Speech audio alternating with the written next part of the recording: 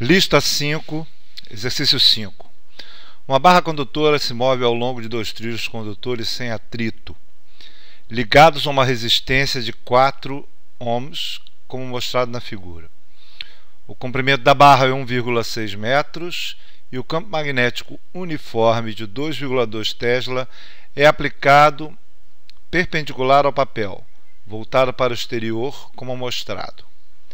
Item A. Qual é a força aplicada necessária para mover a barra para a direita com uma velocidade constante de 6 metros por segundo? Item B. Qual é o sentido da corrente induzida? Item C. A que taxa a energia dissipada no resistor de 4 ohms? Bom, a ideia aqui é que você tem, ao mover a barra, o efeito Faraday, ou na verdade corrente de Foucault. Você está, na verdade, movendo uma barra condutora na região de um campo magnético e ligado a um condutor, movendo a barra, né, nesse sentido, e você tem um condutor ligado a ele, fechando o circuito, aparecendo uma corrente induzida. O comprimento da barra é de 1,6 metros, a gente vai chamar de L para efeito de descrição, e você tem um campo magnético B para fora, homogêneo, quer dizer, o mesmo valor em todos os pontos, certo? E constante. A ideia, claro, para o efeito Faraday é calcular o fluxo do campo magnético. E o que é fluxo? É, na verdade, o produto do campo pela área pelo qual ela atravessa. Na verdade, somente o campo perpendicular à área ou paralelo ao vetor área gera fluxo, que é o caso. Quer dizer, o campo está perpendicular ao papel, né, ao plano aqui, para fora, então ele está perpendicular à área e paralelo ao vetor área. Então seria o fluxo BA cosseno θ, o θ é igual a 0, certo? E o campo é homogêneo, então ele sai para fora dessa integral, fazendo com que o nosso fluxo seja B vezes a área. Mas o que a gente vai fazer é chamar essa distância do ponto onde está o resistor até a barra de x. Dessa forma, a nossa área é L vezes x. Então, o fluxo fica B vezes L vezes x. Esse é o fluxo do campo magnético, independente de você ter efeito Faraday ou não. Nesse caso, para definir se eu tenho efeito Faraday ou não, o que eu faço é calcular a nossa fé induzida, que é a taxa de variação do fluxo pelo tempo. Se essa taxa de variação do fluxo pelo tempo não for zero, você tem uma fé induzida, consequentemente, você tem um efeito Faraday com a corrente induzida. Nossa fé, então, é a taxa de variação do fluxo no tempo, que é BL, e quem está variando o tempo nesse caso é o x. Dessa forma, o L é constante, o B é constante, e você tem a φ igual a BL dx dt. Eu tirei o sinal porque o sinal, na verdade, está ligado ao sentido da φ, ou sentido da corrente induzida. Então, estou calculando agora aqui o módulo da φ induzida. E o módulo da φ induzida fica BLV dx dt, que é a velocidade no movimento dele. Bom, a velocidade vai ser, do movimento vai ser positiva. Positiva não por uma questão de referência, mas sim porque o x aumenta no tempo. Quem é positivo aqui, na verdade, não é a velocidade.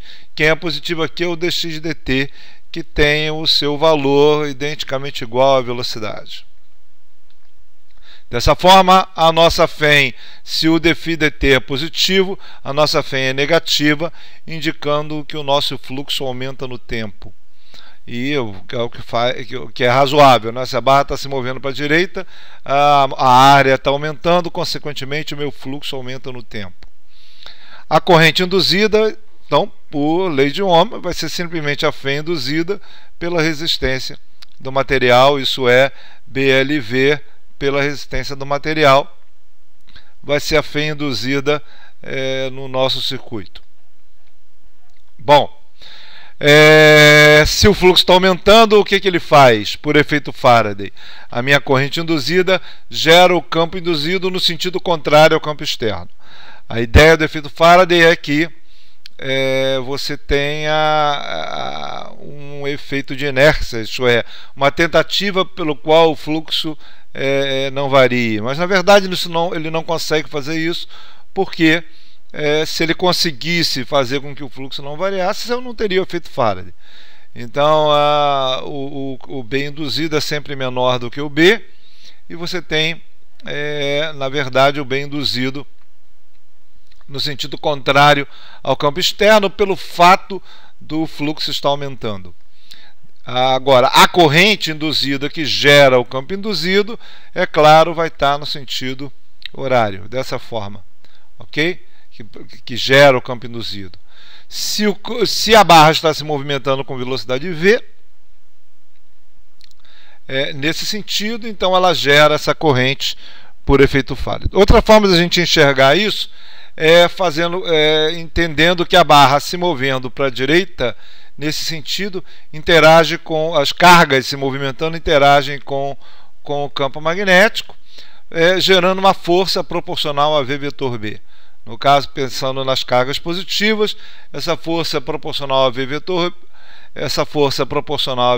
B é a que gera, na verdade, a corrente induzida. Se eu não tivesse o resto do circuito, esse V vetor B geraria uma polarização dessa forma. Isso é positivo embaixo, negativo em cima, e essa polarização que faz é alimentar a corrente no resto do circuito, fazendo com que a corrente gere no sentido anti-horário. Bom, no sentido horário. Essa corrente vai gerar uma força contrária ao movimento, que é o que a gente vai ver. Vamos ver o item A. Qual é a força aplicada necessária para mover a barra para a direita com uma velocidade constante de 6 metros por segundo? Ora, o nosso problema aqui é que eu vou ter uma força, já que eu tenho a corrente induzida, eu tenho uma força de interação entre a corrente induzida e o campo. E essa força de interação é a corrente induzida L vetor B, isso é o seu módulo igual a induzido LB, já que L e B são perpendiculares. Se eles são perpendiculares, o módulo do produto vetorial é, na verdade, somente o produto do módulo dos dois. Se a força é a corrente induzida vezes LB, e a direção, o sentido da força de L vetor B, se a força vai ser perpendicular a L, que é ao longo da barra, e perpendicular a B, que é para fora, então a força está da direita para a esquerda, como a gente já esperava. Por quê? Exatamente porque o campo induzido está no sentido contrário ao campo externo, a tendência é tentar fazer com que a barra não varie e o jeito não se mova, né? E o jeito de fazer com que a barra não se mova é gerando uma força contrária à força externa. É claro, novamente, ele não consegue, porque se ele conseguisse eu não teria o efeito da corrente induzida. Bom, substituindo a corrente induzida QB LV sobre R nessa expressão, eu vou ter B ao quadrado, L ao quadrado, V sobre R, que é o valor da força, a força magnética de interação entre a corrente induzida e o campo. Fazendo essa conta, o campo é 2,2 Tesla, como está no texto, a barra tem 1,6 metros e a velocidade, eles desenvolvem uma velocidade de 6 metros por segundo. A resistência de 4 ohms, consequentemente, a força aplicada é de 18,6 newtons. Essa é a força magnética, aplicada a 18,6 newtons, que de interação com esta corrente, a corrente induzida, né, o BLV sobre R, e o campo magnético. Só que para manter a velocidade constante de 6 metros por segundo, eu tenho que aplicar uma força, que é esse cara aqui, eu tenho que aplicar uma força que é igual à força magnética, de tal forma que a força total seja zero e, consequentemente, o movimento seja de velocidade constante. Dessa forma, esse é o valor da força aplicada à barra para ela poder se mover com essa velocidade constante. Bem, e o sentido da corrente induzida? Bom, isso a gente já viu, né? O sentido da corrente induzida é aquele que produz o campo induzido no sentido contrário ao campo externo. Porque produz o campo induzido no sentido contrário ao campo externo, a corrente, então, tem sentido horário, respondendo, então, o item B. O item C, aqui taxa de energia dissipada no resistor de 4 ohms. Bem, aí essa conta é simplesmente P, que é a potência dissipada por efeito Joule no resistor, é resistência vezes a corrente induzida ao quadrado. Certo? Isso aqui é a potência dissipada por efeito Joule no resistor. Dessa forma, a gente tem a nossa corrente induzida BLV sobre R, já tinha calculado aqui em cima, e aplicando a expressão da potência, a gente tem a nossa expressão. Bem, a gente calcula a corrente induzida, essa corrente induzida vai ser 5,28 amperes. Certo? O campo 2,2, o L 1,6, velocidade 6 e resistência 4 ohms. Dessa forma, a nossa potência dissipada por efeito Joule é a resistência 4 vezes a corrente induzida ao quadrado, isso é 112 watts é a potência perdida por efeito Joule na resistência. A gente pode também calcular qual é a potência entregue à barra, a potência mecânica entregue à barra. Potência mecânica pela força aplicada é simplesmente a potência, a força, vezes a velocidade. Dessa forma, o 18,6 newtons vezes 6 metros por segundo vai me dar a quantidade de energia mecânica, a quantidade de trabalho por unidade de tempo entregue à barra, e esse é 110 joules por segundo ou 112 joules por segundo ou 112 watts. Percebemos que o valor é o mesmo, como já esperado, simplesmente porque se a resistência está perdendo energia por efeito Joule, alguém está entregando essa energia para ele, para o sistema, né, para o nosso circuito. E quem entrega é exatamente quem está aplicando a força movendo a barra.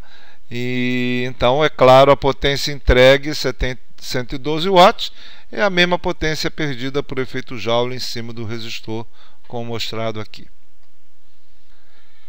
É isso.